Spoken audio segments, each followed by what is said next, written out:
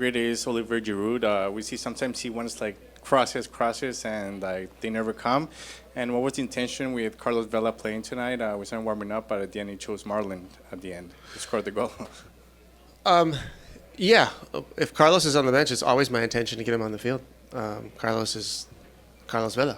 I don't think I don't need to describe his game or his talents or his role at LAFC. He's worked extremely hard in training, and he deserves to be on the bench. Our center back had an injury, Aaron Long, and so I can't put on a forward in the back line. So that was unfortunate, but that's this game. It's really hard to plan subs prior to a match. You have ideas, but for as long as I've been doing this, they very, very rarely actually work out to how you plan. So you always have to adapt, and we had to adapt with Marlon. And yeah, a great play from Marlon. I thought his energy as well with the ball was fantastic and enabled us to keep putting pressure on San Jose. Hey, Steve. Since we resumed after Leagues Cup, Galaxy have been in first. You guys have been right behind them. It's been close the entire way. In terms of that race, as you're coming down to what we get tonight, what did you see? What are your biggest feelings about this span that we've gone through? Yeah, we always focused on really on the next game and doing our jobs. Our jobs is to win games and to continue to collect points and to be there if other teams slip up. And that's what happened. And when you do stay close to teams and don't let teams run away with it, then pressure mounts.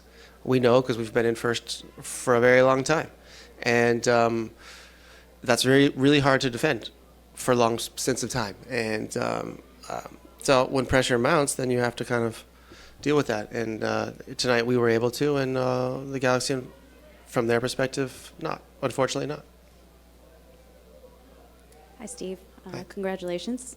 2 questions. I know you've mentioned in the past that you don't like to manage during games. You like to give the team, the players, their independence because you've done what you've had to do beforehand, training them.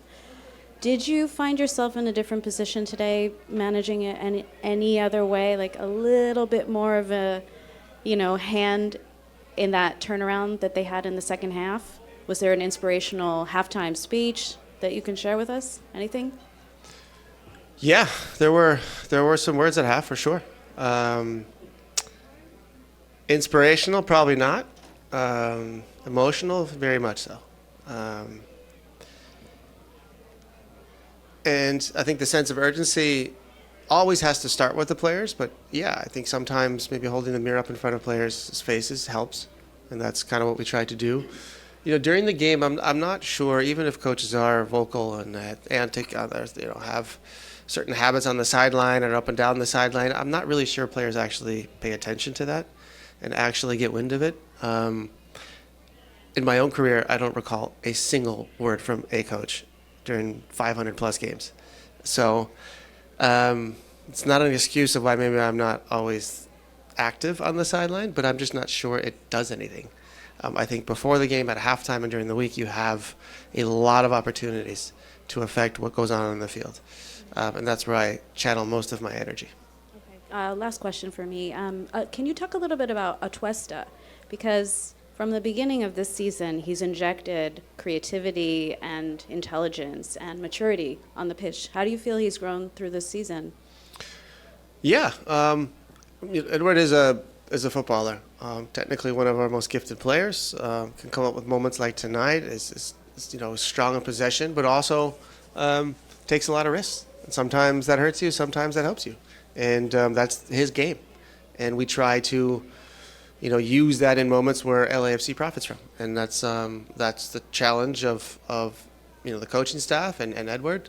But yes, he has grown and he's matured, and he's dealt with not playing a whole lot over the past couple of weeks extremely well. And only if you're in a good mental space can you come on the field like you did tonight and change the game. Go ahead. Yeah, Coach, right here. How important is the crowd?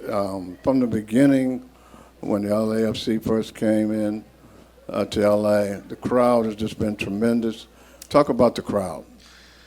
Yeah, the crowd is like nothing else that I've seen live in LA. I think it's pure passion. It's electrifying. and it really has the ability to make our players better. And in choice moments, we recall the MLS Cup final or tonight. Those are the moments that I think people really, really remember in this stadium. And I get texts all the time from people, hey, I was there that night, and this happened, and this happened, this happened. They want to tell you what happened in those moments when goals score and when you get news or when you win a trophy.